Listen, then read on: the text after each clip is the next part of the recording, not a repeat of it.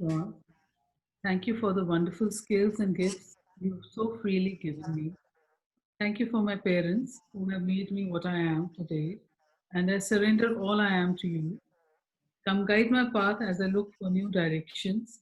May I always serve you and others in the new adventures that await me. Amen. Amen. And may I now request, if you have something to drink, if you can raise your glass. Alternatively, we can put the hand to the chest as we raise a toast to the President of the Republic of Kenya. The President.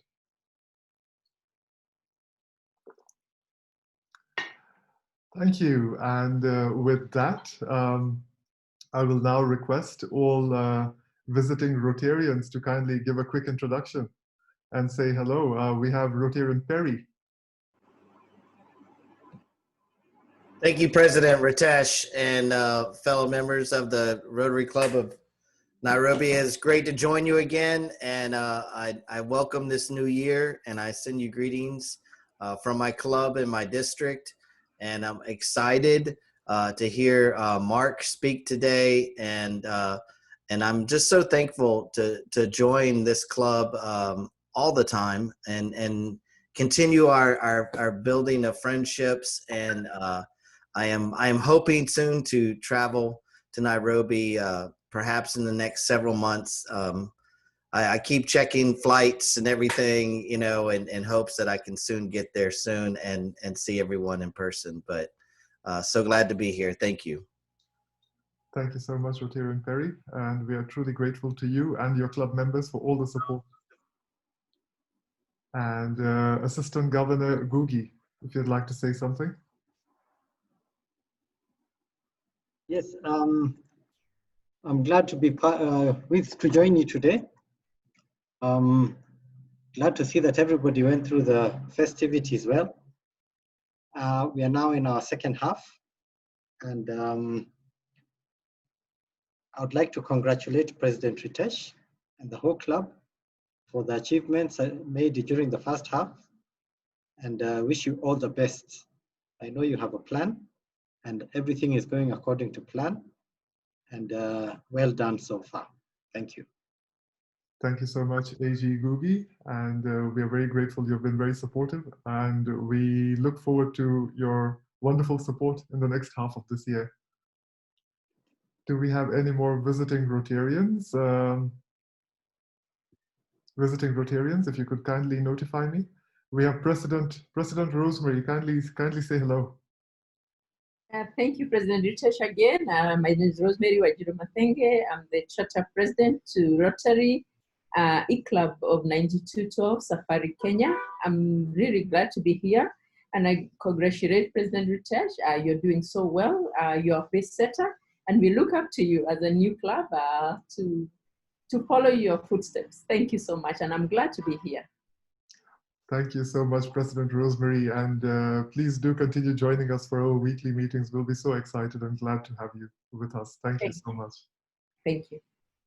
And with that, if we do not have any more visiting Rotarians, do we have guests of Rotarians? Can I request Rotarians to introduce their guests? I see we have Mumbi, welcome. You're a guest of Dr. David Gitanga. Victor, welcome again. You've been joining us regularly. Jay Kamoni, welcome. You're a friend of the members of Rotary Club of Kilifi. Kindly convey our best regards to them. And Rashmi, would you like to tell us who your guests are today? So thank you, Ritesh. I have Megha Shankar, Seth, who has joined us quite frequently, and we also have to thank her for inviting our speaker guest, Mr. Mark Kahn, today. And Mark is our other guest who has kindly consented to speak about his learnings on Agritech.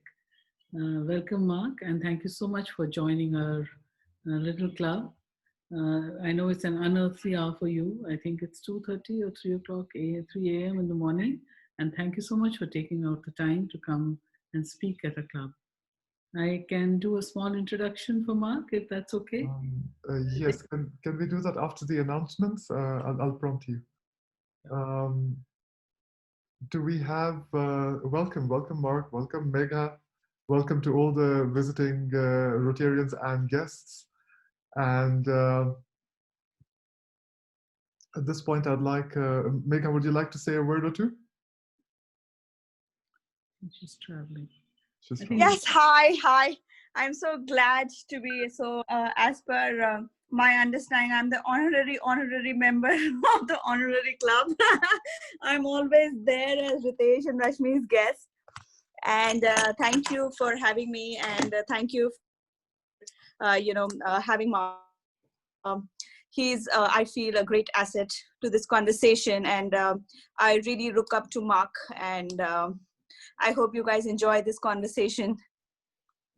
Thank you, Megha, and welcome, Mark. We will have an official introduction of Mark by Rashmi in a minute or two.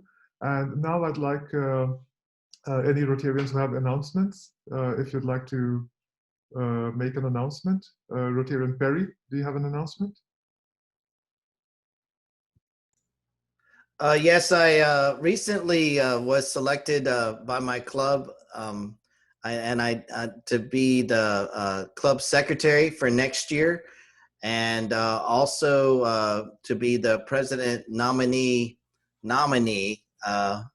of my club. So I'm very honored and humbled to serve in that capacity and to continue the work of Rotary. Thank you. Many congratulations. And we look forward to working very closely together for the Cheery project.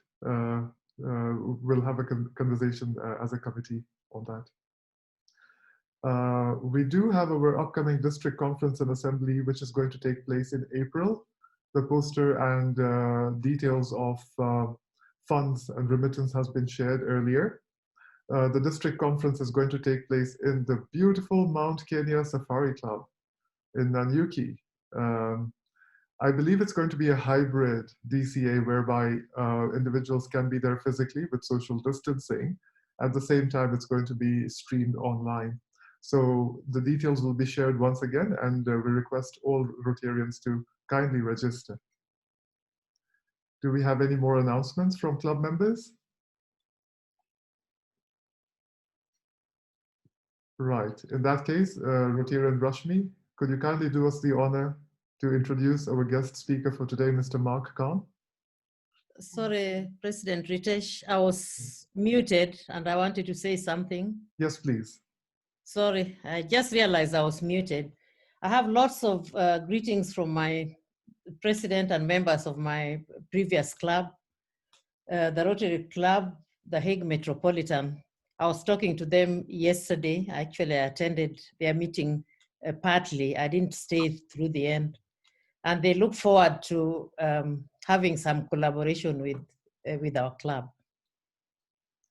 That is excellent news, Rotarian Justice Oluwash. And may I please share with our club members that you've also been vice chair of Rotary Club of Hague Metropolitan. So yes, that was 2016, 2017. That's wonderful. Thank you. Please convey our best greetings to all members of that wonderful club. Yeah, thank you. Sorry, yeah. Thank you.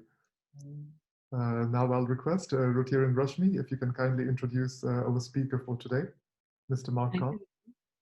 I'm happy to invite Mark subsequent to this introduction to speak to our club members. Mark Kahn is a managing partner of Omnivore, a venture capital firm based in India, which funds entrepreneurs building the future of agriculture and food systems.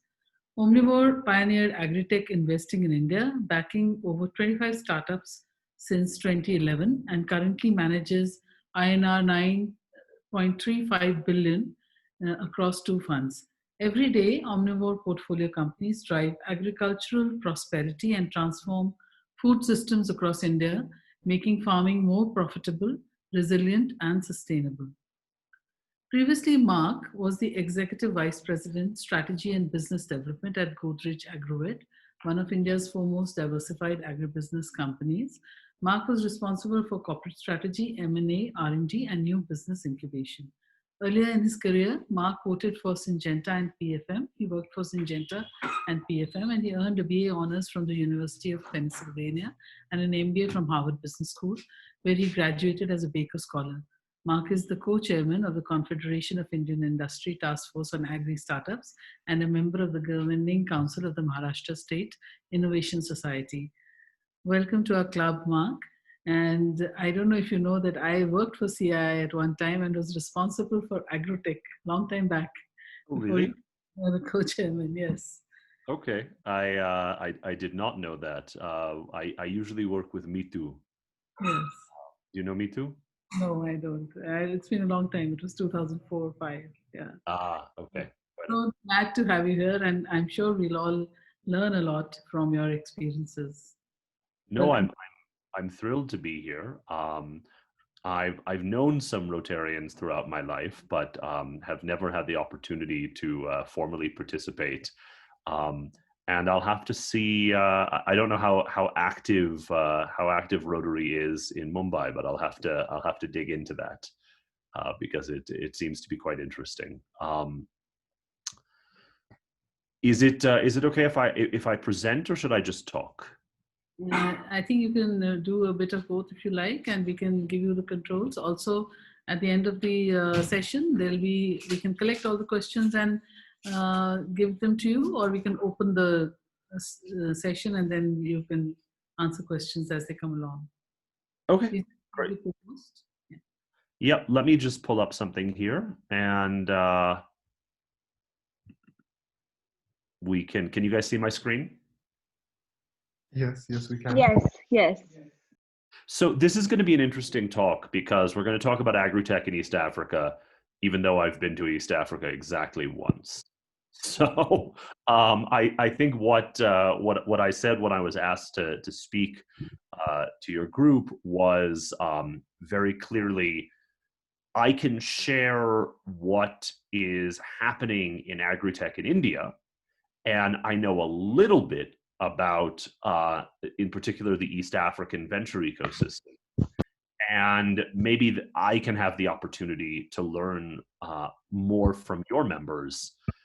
But at the very least, we can sort of talk about what's working in an emerging market like India and identify where there are overlaps and where there are opportunities, and how that experience perhaps can be replicated. So I have a major caveat up front before I dive into anything is, if you ask me the nitty gritty of, I've worked in Africa. I worked in Nigeria for Syngenta.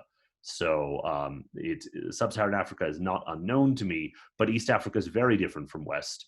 And with all of that, I'm going to kind of talk about this. Let me just get into some sort of slideshow form. Okay. Can you guys see my screen?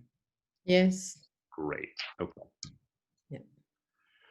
So I don't know how many people here are involved in agriculture or how many people here are involved in agri-tech. I'm going to start out by talking about where we are in global agri-tech at this exact precise moment. And the article or the context for this slide is, I'm an ex-Syngenta man, used to work for them, sell seeds and crop protection chemicals, and Syngenta is one of the world's largest agribusiness companies, agri-inputs companies, and they are very active corporate investors in agri-tech. And one of the guys there is a dude named Shubhang Shankar. And Shubhang wrote an article in, I guess, August of 2020 that in the agri-tech world went off like a bomb. And he basically said that agri-tech has failed. And the reason that agri-tech has failed is that it has not delivered disruption to agriculture.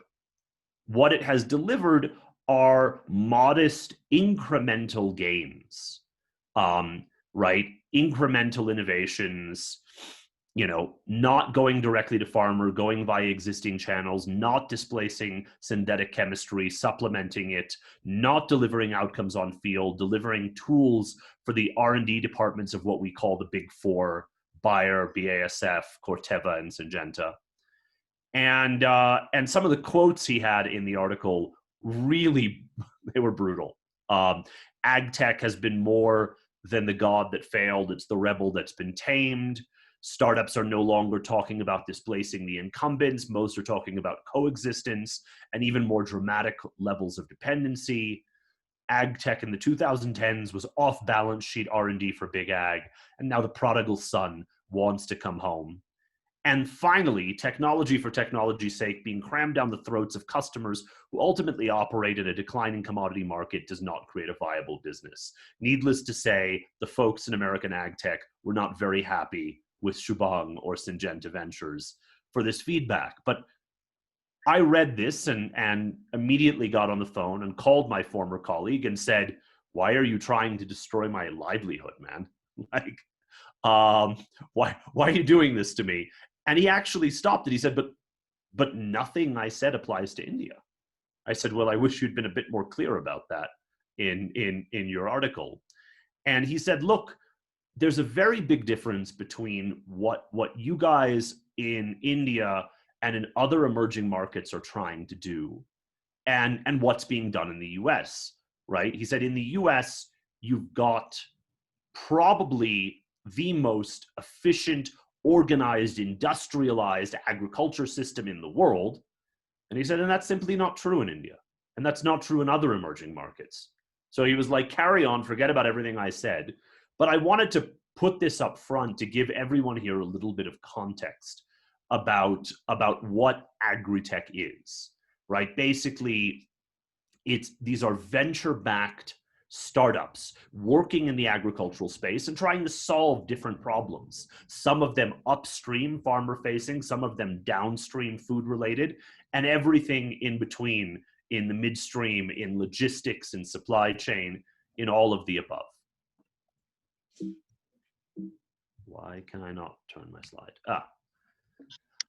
I think one thing that is useful, so I'm going to talk a little bit about kind of our experience in India as the pioneer agri-tech investor. And I've been in India since 2007. I'm not currently there. I got out after some of the lockdown, and I'm actually holed up in rural Colorado at 11,000 feet in the middle of a snowstorm as we speak. But I should be back in India hopefully in a couple of weeks. But one of the reasons why agritech has been very successful in India and has really taken off is the Indian market represents an opportunity, a condensed, right, opportunity that is simply massive. There's a term in venture investing that's called TAM, total addressable market. And the point is that TAM of India is north of $300 billion, right? India is the world's largest producer of milk and cotton and pulses and spices, number 2 in rice and wheat and sugar and fruit and veg and tea. Basically, you've got a huge agricultural economy, 130 million farmers, an average farm size that's quite small, but significant exports in seafood, rice, buffalo meat, spices, cotton, oil seeds, and sugar, and very limited imports. Imports only really being in edible oil and pulses. So you have an agricultural ecosystem that creates a very large opportunity for anyone that wants to try to capture it. I think the other point that we would make about the Indian market, and this is something that that we talk about a lot, is that India is in a lot of ways the world's laboratory for smallholder agriculture, right? So you've got 500 million smallholder farmers around the world, right? Primarily in Asia, Africa, and Latin America. These farmers produce 80% of the food consumed in the developing world, and they support the livelihoods. These farmers and their families represent 2.5 billion people. India is very well positioned to be an innovation hub for smallholder farmers globally, an agri-tech laboratory of sorts. Why? Because we have every major agri-climatic zone represented in one country. Very critically, because we're a global leader in engineering, right? So that not in everything, but in software and electronics, in pharma, in agrochemicals, where globally we talk, and everyone in ag talks about the big four, the big four. Well, number 5 is UPL, based 5 minutes from where I live in Mumbai, right? So India is a big player in global agrochemicals. In auto tractor manufacturing, where Mahindra is the largest tractor manufacturer by volume in the world, Deere by value, and in food processing. And finally, surpluses of technical and managerial talent, strong universities and research institutes, and a vibrant startup and venture funding ecosystem. So what does that look like? It looks like this. When we started Omnivore, I started Omnivore in 2010-11. And I started it because I was sitting there as an executive at one of India's largest agribusiness companies. I guess probably the equivalent of like a Bidco, right? You guys know Bidco, right? Mhm. So I was kind of at the Indian equivalent of Bidco. Largest feed manufacturer in India, largest oil palm player in India, largest poultry player in India. And at the time, a lot of startups would come up to me and ask to be funded. And I would say, I'm a corporate guy. Why are we going to back a startup? And I realized that the reason they were approaching us was because despite India having a very active venture ecosystem, VCs were not touching agri startups at the time. That's not what they did. They focused on global SaaS companies. They focused on, the Indian consumer market. It was way off their radar screen. And so we started Omnivore in 2010, 11 with the vision of trying to catalyze a change. And the good news is it worked. When we started, there was about $15 million of annual investment in agri-tech in India. That by the time this chart starts, it turned into about 50 million. And in our last financial year, it was 430 million. And we've had about $600 million of investment in Indian agri startups over the last 12 months. So the space has come a very, very long way. And I think it's important to understand that yeah, this is an omnivore story, but it's much more than an omnivore story.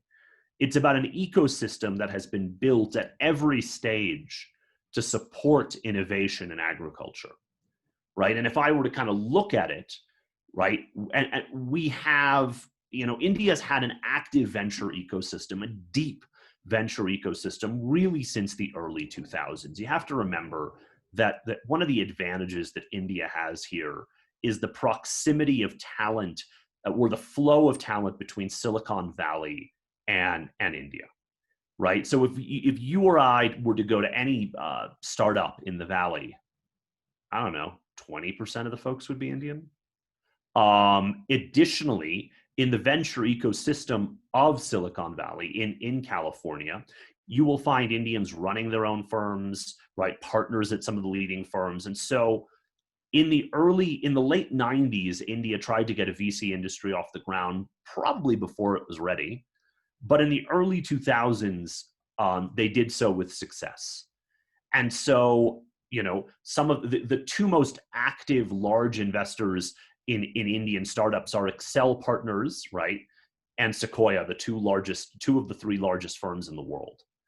And practically every US VC has an outpost in India. And we have a lot of homegrown heroes as well, like Nexus, Bloom, Chirate. But more importantly, right, we also have a very strong ecosystem at the pre-seed stage, right, the accelerator stage. Some of these are government initiatives like AID and NARM. Some of these are private accelerators like Indigram and Grow, and Better Capital. And then finally, and very critically, we have late stage investors that can write large checks into the most successful companies. players like the Gates Foundation or Tiger or Bertelsmann or Lightstone, Espada, and others. So over time, this ecosystem has become very, very deep. And as a result, we've been able to see companies that have scaled hugely in this space. So the context for Omnivore, as was said in the introduction, is that we're a venture capital firm. We're based in India, and we fund entrepreneurs building the future of agriculture and food systems. Our vision for Indian agriculture, and this is probably quite relevant for agriculture in East Africa, is driving prosperity and transforming food systems with three major drivers of change, which align with the key challenges faced by farmers in India. So the number one challenge faced by farmers in India is increasing smallholder farmer profitability, right? And the reason I say profitability and not productivity is productivity is it's a mirage. It's an illusion. It's chasing your tail. Because generally what happens in productivity is when you boost your yields, your neighbors also boost their yields, and you all glut the market with product you can't market, and prices go down. And so when we look at what needs to be done for India's 130 million smallholder farmers, it really has to do with boosting their profitability. So yes, raising farm yields is part of that, but only one part of the story. The other major part of the story is reducing farm expenditures, right? Including interest costs. You need to think of every farmer as a micro entrepreneur. Every farmer has an income statement. Every farmer has a balance sheet, right? And so anything that boosts their bottom line, right, is what gets them the profitability, and reducing farm expenditures is a big part of that. Another thing is simply securing better prices for what they sell. So rather than just trying to boost their yields, can you disintermediate the value chains that they are playing in to connect them more directly with their end customer, and claim back some of the money that gets cannibalized by middlemen? A second major theme that we look at is enhancing smallholder farmer resilience. And that's different than profitability. I like to think of it mathematically. Profitability is essentially, right, the net income divided by the revenue of the farmer, right? Resilience, for those of you who like maths, is the standard deviation of that number, of that profitability number over time. And how do we bring that standard deviation down? How do we make farming more predictable, less erratic, and less terrifying, right? The problem, if you speak to any middle-aged Indian farmer, they are pushing their children out of agriculture as fast as they can. And they'll tell you that the reason they are doing that is not because agriculture is inherently bad. It's that the bad years are terrible and the good years are merely okay. And they want their kids to have steady incomes and less stress. And so how do we look at enhancing smallholder farmer resilience? A big part of that is providing access to innovative finance, risk management, right, insurance, steady and augmented sources of income, and improved market dynamics. And finally, we look at entrepreneurs that are working on improving agricultural sustainability, because if we don't fix that, Indian agriculture's future is pretty short. If we fix it, India has the potential to become a future Brazil in global agriculture. And what does sustainability look like? It's reducing the consumption of natural resources, especially water.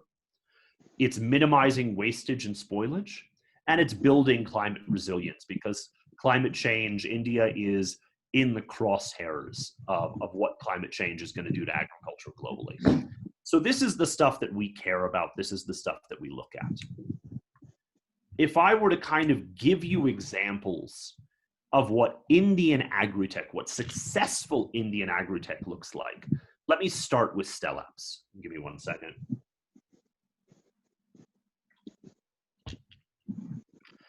Stellapps is one of our portfolio companies. and they operate exclusively in the dairy sector. They are the leading force for digital transformation in India's dairy industry. And you have to remember, India is the world's largest milk producer. India has 80 million dairy farmers, and it has 300 million head of cattle, right? So you've got a big enough market to play in. The guys at Stellapps all came out of Wipro, one of India's leading IT companies. And they'd all spent about 15, 20 years at Wipro, and they decided to take all of their expertise in IT and apply it to transforming dairy value chains in India. And what they've done is they've essentially digitized milk procurement in India. And from the base of milk procurement are now getting into lending to dairy farmers, providing insurance to dairy farmers, and marketing the milk of those dairy farmers. And so what you're looking at here in this photo is a dairy collection center that's been completely digitized, where farmers come in, everything is weighed electronically, everything is measured electronically, payments are done electronically and automatically. And this is just, you know, a very big transformation in dairy in India. We backed Stellapps in 2013 when they were 5 dudes with soldering irons in a garage. Now Bill Gates and Qualcomm are investors, and they've turned into a huge force for transformation in this sector in India. Another good example of what agri-tech looks like in India is Eruvaka. This is obviously aquaculture related. So what you're looking at is a company that is based in the aquaculture belt of the Indian state of Andhra Pradesh, in a city called Vijayawada. And Eruvaka makes essentially automation technologies for aquaculture, technologies that allow farmers to automate and measure and monitor their aquaculture ponds. In India, Indian aquaculture is a big deal. It's about a $20 billion industry that includes $7 billion of shrimp exports. And these guys have become the biggest IoT play in Indian aquaculture, but interestingly have gone beyond that and are selling in Latin America. They're selling in Southeast Asia. And it's a real example of kind of how Indian frugal engineering can pursue global markets. Just to give you a sense of where things are going, we've invested in a company recently called TartanSense. TartanSense is an agri-robotics startup. You're looking at their product here, which is right now spraying a cotton field for weeds, and it's computer vision enabled and automated. So the robot sees the weed, sprays the weed, and doesn't spray the cotton plant. TartanSense is in some ways emblematic of what we're able to do in Indian agri-tech. The name of this company comes from the fact that the founders are all from Carnegie Mellon. So they're all Indian dudes who went to Carnegie Mellon, worked in other startups. Some of them worked on Wall Street, came back to India. The Tartans are the mascot of Carnegie Mellon, for those who don't know. And Carnegie Mellon's the best robotics school in the world. MIT alumni might be annoyed about that, but it's simply true. And this is an example of kind of what we're now seeing, where Indian startups are actually at the cutting edge of agri-tech globally. If you look at this, this is optimized for, you know, a farm holding of a couple of acres. It doesn't have a place in the US, but you could absolutely see this in Kenya, in Tanzania, spraying a field and substituting what is increasingly scarce farm labor.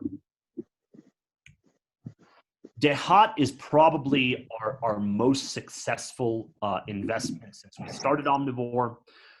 It is the largest digitized farmer network in India. So they both have retail outlets they run and a digital backend.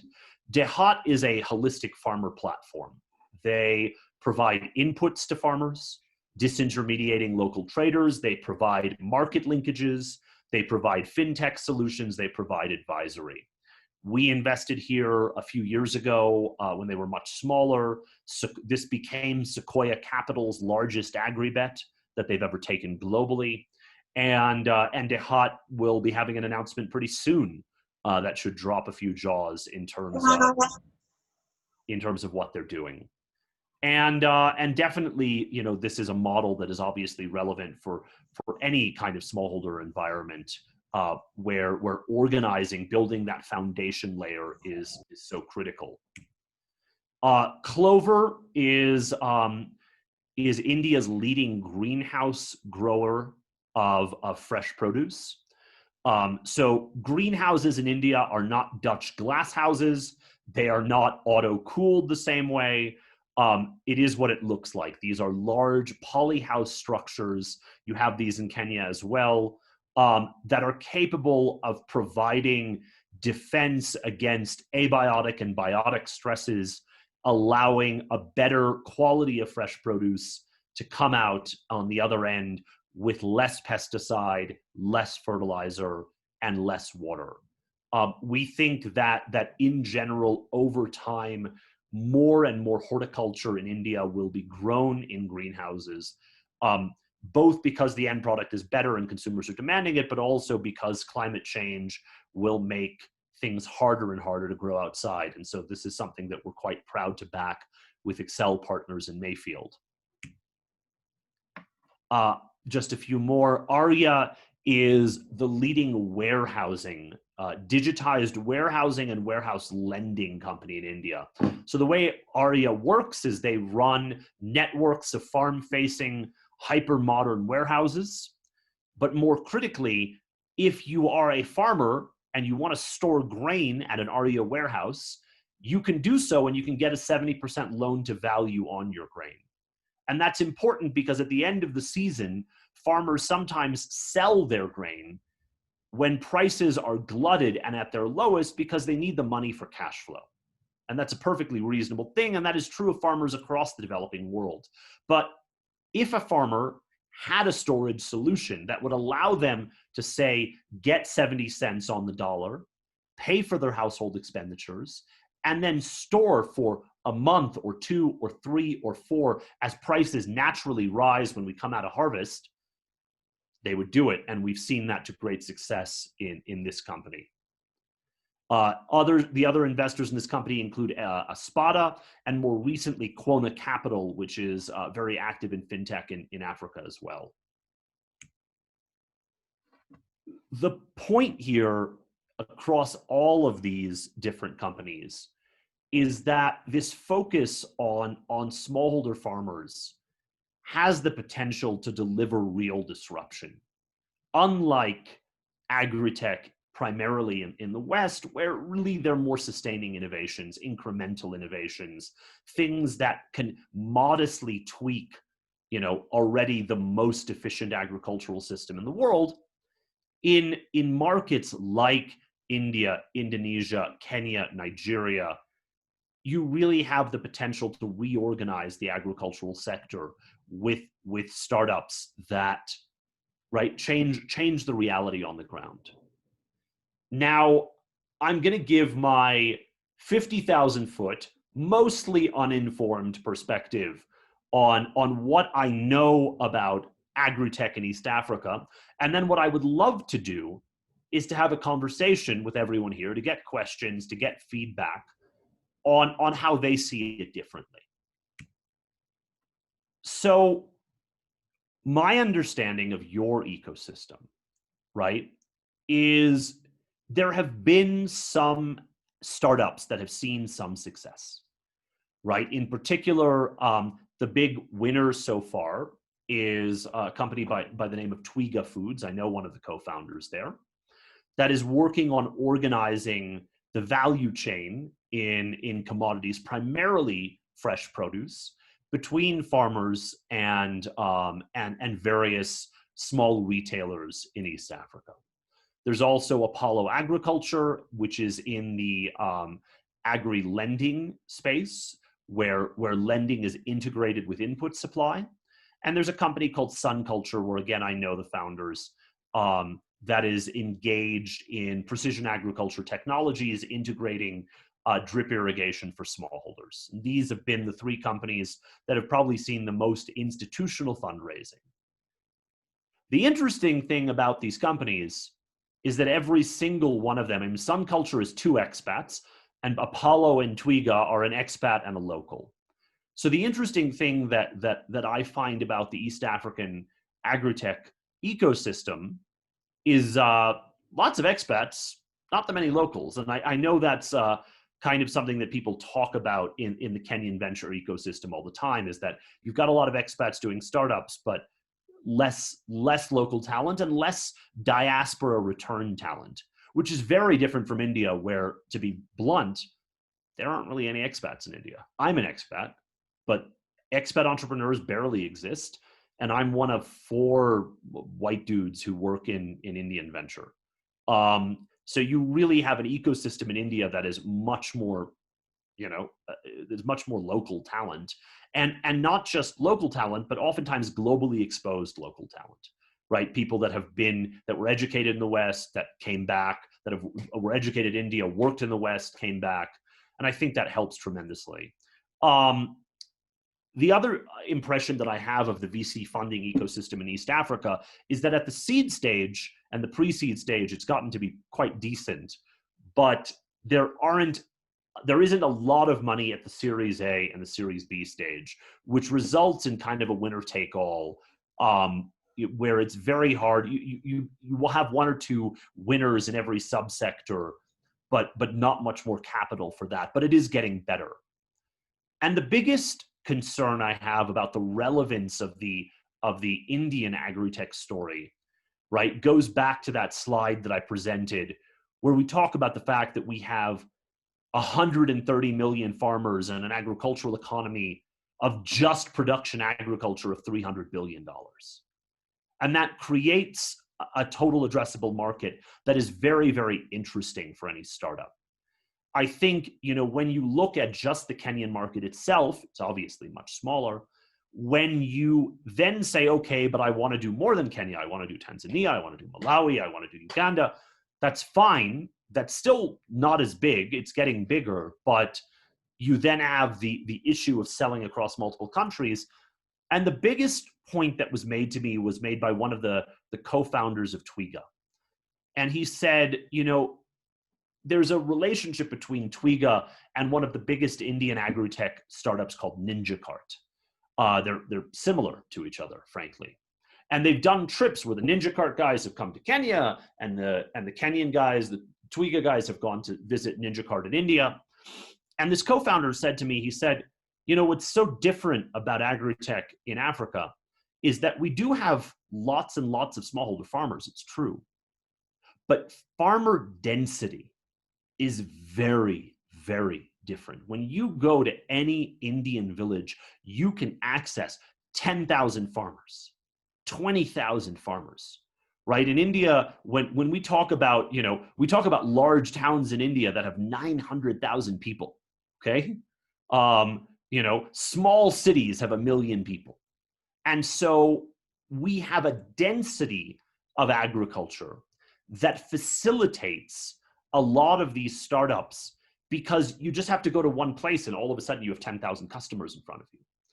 And the difference that was being made by this Twiga co-founder, he said it, in African agriculture, yes, you have lots of smallholders, but the distance between each smallholder is 10 times what it is in India, right? You'll have a smallholder and then there's be nothing, and then you'll have a smallholder. Whereas in India, the smallholders are essentially stacked up next to each other.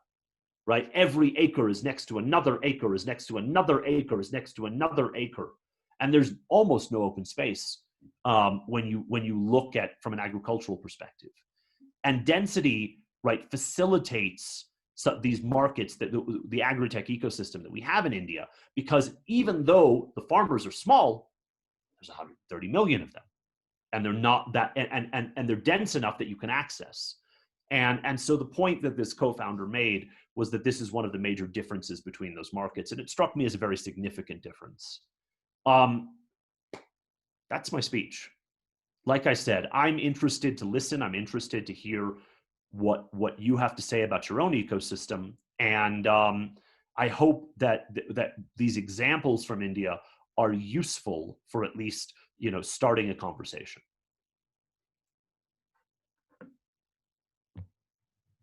Thank you very much indeed. Mark, could you please disable the screen sharing? Yep, sure. Happy to do it. One sec. I think that's not done yet. Hold on. That should be done. Yep. Thank you. Thank you so much for that wonderful presentation. And we do know that it's very early in the day for you, and want to give you a special thank you. I'd like to say a big thank you before we carry on with the question and answers. Thank you for being with us at this hour of the day. And, and we've got a couple of questions which have come in. If it's okay with you, can we take 3 questions and thereafter I'm just looking at when my next. I've got like 12 minutes, so I'm good. You're good. Okay. In that case, I'll just take 2 questions. You can take 3. I'll answer them quickly. It's 3? fine. Okay. Yes, Mike would like to contribute. Past President Mike. Yes, I thank you so much for this very thought-provoking presentation from your great height. And one thing I wanted to share with you is that there is a wonderful new umbrella private sector body for agriculture in Kenya, ASNET. And I don't know how familiar you are with the scene in the private sector here, or this is the Agriculture Sector Network. The chairman is a past district governor of Rotary, Bimal Kantaria, and they're doing great things in stimulating the development of agriculture. And if you are not in touch with them, and if you are interested in being so, I'd be very happy to link you up with them, because I'm working with them through GIZ, the German Technical Assistance Program, in the context of their program to stimulate the development of jobs among youth in agribusiness in Western Kenya. So let me leave it there for now, because you don't have many minutes, but I'd be happy to work with you subsequent to this meeting through linking you up both with ASNET and GIZ. That would be great. We're actually backed by, Omnivore is backed by KfW, so which is the German Development Bank. So we know the GIZ folks very well, but it would be great to connect with these people. Thank you. Thank you very much. So I'll get your email, and we'll get you mine, and we'll keep going. Sure. Thank you very much. Perfect. I'll definitely facilitate that. And the next question we have is from Michael Musao. Does Omnivore have a presence in Kenya? Followed by Megha, who has a question. What are Omnivore's expansion plans, including Africa? Also, Mark, what would be your advice for agritech startups? People should like to think about startups in Africa. So do we have a plan for expansion into Africa? I think the answer is eventually.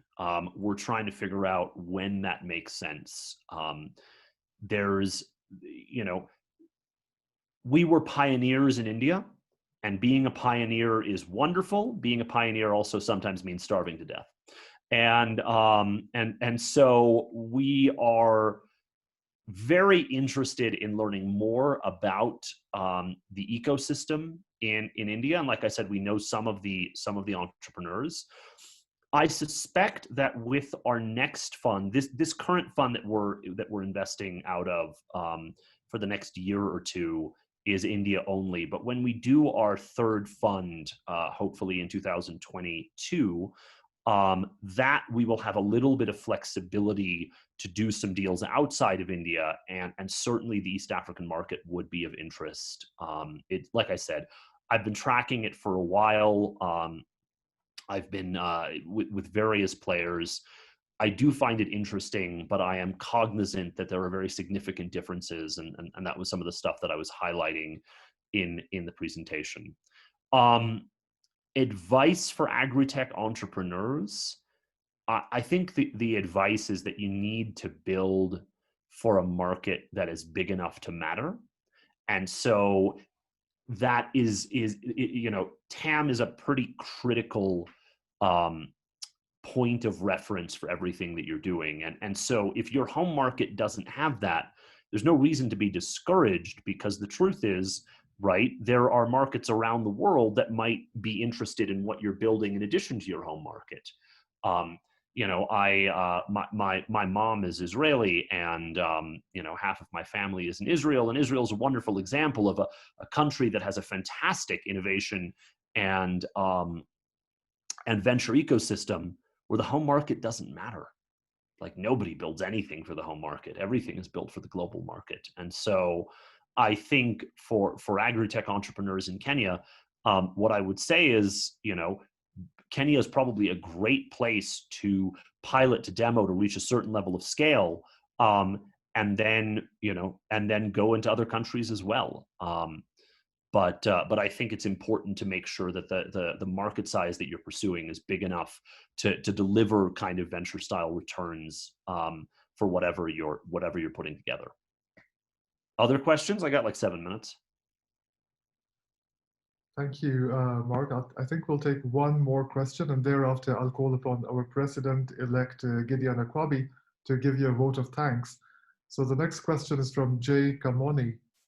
How can local CBOs interested in startups in their way? Sorry, I'm not getting this question. Is there a way they can be involved?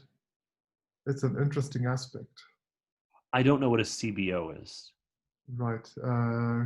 I think of it as a Congressional Budget Office in the U.S., which I know they're not talking about. Community-based organizations. Community-based organizations. Okay, we just say NGO in India. You know something? What's interesting is Dehat, our most successful startup in our portfolio, used to be a CBO. There are CBOs that have transformed themselves into startups, and I think it's worth, you know, because what they were doing ultimately was a social enterprise, and they wanted to make what they were doing more sustainable. So I think that's an interesting.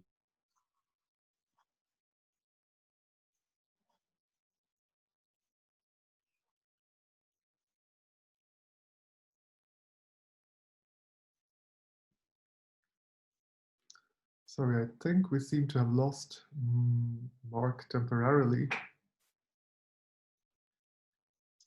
Can I just comment, meanwhile, on CBOs? Please. And there are CBOs and BMOs, which is business member organizations. And in Kenya, we've had quite a challenge in getting these goings. One of the aspects of the GIZ project is to build the capacity of CBOs, BMOs, to get themselves organized in order to collaborate, to benefit from economies of scale in different ways, and to be members of ASNET. So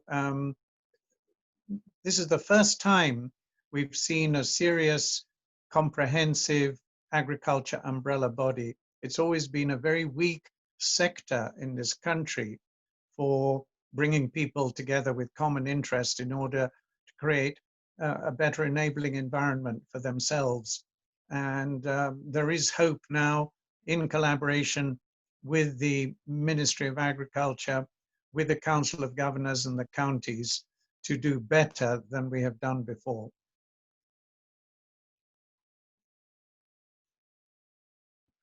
Thank you very much indeed, Vice President Mike. I'm just looking at whether Mark has joined us again.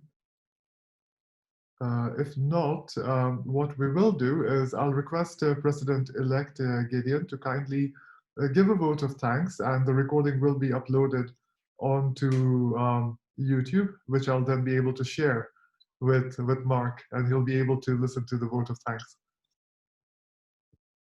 He's joined us again. Just kindly give us a moment. Hi there. My Wi-Fi just inexplicably crashed. Welcome back.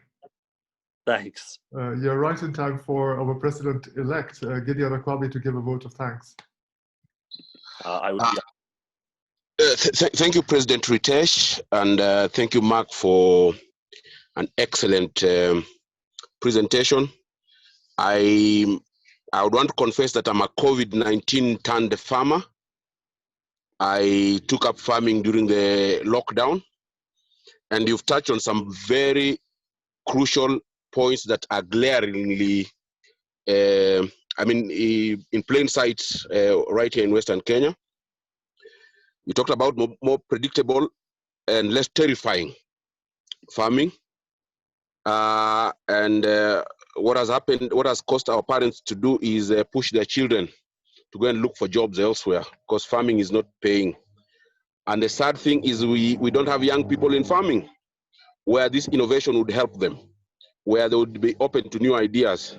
Our parents are not open to ideas, but again, they are in the wrong place because once you're retired from your place of work, it means you're somewhat need to be slowing down in your activities. So we need to look at how we can get younger people, a lot more younger people involved, where they'll be able to adopt these agri-tech solutions. I think I like that point. I like the issue of profitability over productivity. Most of us here in farming, I think we don't pay attention to that. I would say we are resilient farmers. We've been at it even without knowing where we are going. Sustainability, of course, you talked about balance sheet. That does not happen. I want to see a situation where we can have a balance sheet for small-scale holder farmers so that they can look at what they are doing. Sustainability, probably at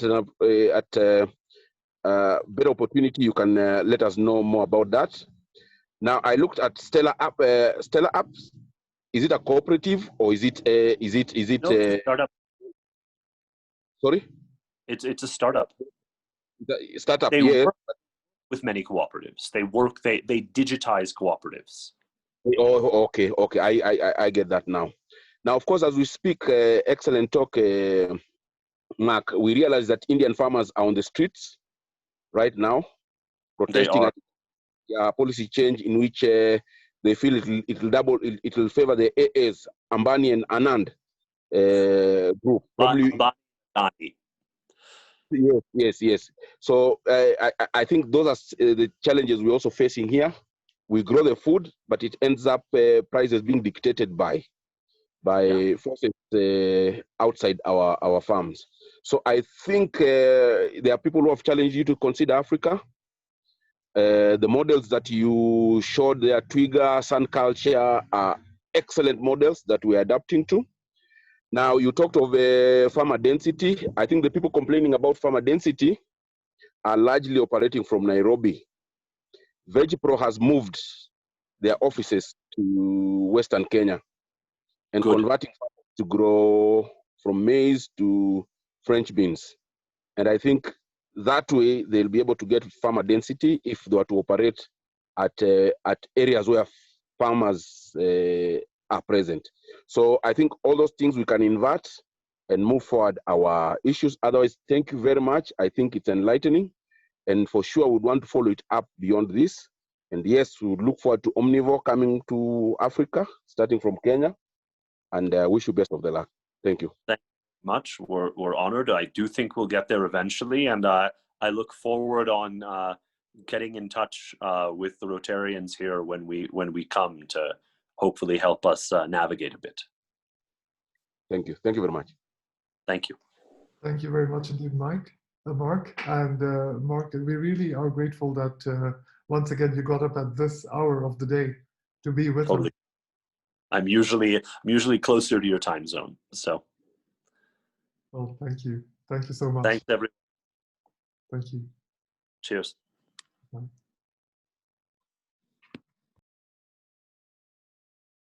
So with that, family and friends of Rotary, I'd like to acknowledge the presence of all the visiting Rotarians and guests we have today. Today we have with us, kindly allow me a moment, attendance report. We have with us our Assistant Governor Gugi from Rotary Club of Kikuyu. We have President of Rotary Club of E-Club Safari Kenya. Thank you for joining us. We have with us Rotary Club Nairobi Kilimani Alfajiri, Rotary Club of Kilifi, Rotary Club of Madras, past President Gopinath. Thank you so much for being here with us. Would you like to say a word or two? Thanks, Ritesh. I joined in a little late, then it was an interesting talk. So, thanks for having me here. I don't know, just to give you an update on COVID, in our part of the world, we're getting better and better, especially my state. The cases are dropping down drastically, so I hope it holds. I hope the same from your country too.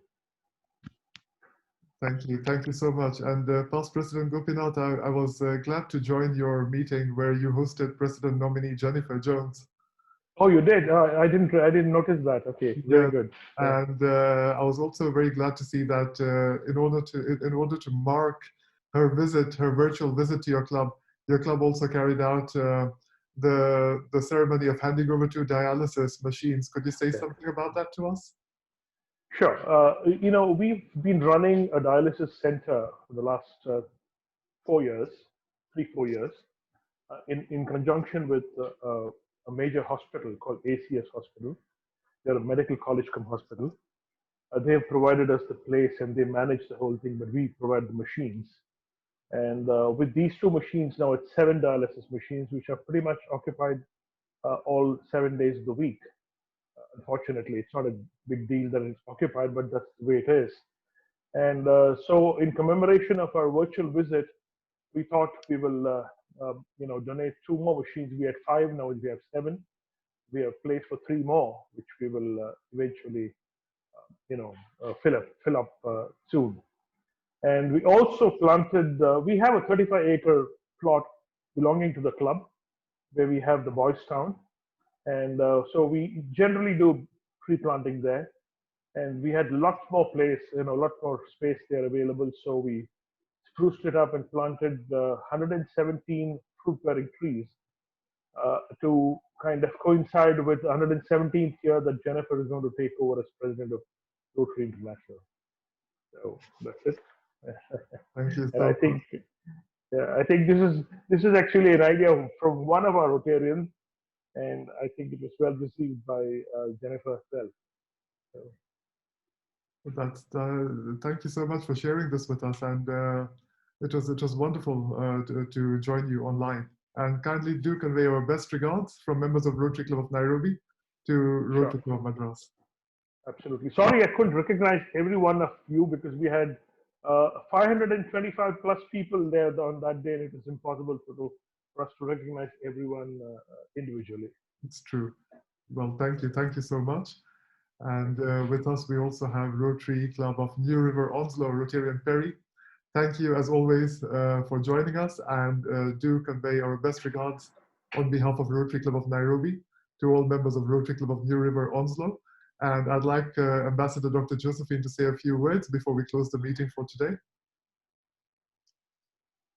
Thank you very much, President Ritesh. I'm sorry I can't give you a visual today because I'm at a different site. Fellow Rotarians and guests, it's a delight to be together. I, like many of you, enjoyed the discussion from Mr. Kahn. I think there are lots of take-homes there that we'll all apply and look forward to working with him, particularly those of us who can access community groups, organized groups who would really benefit from the information he shared.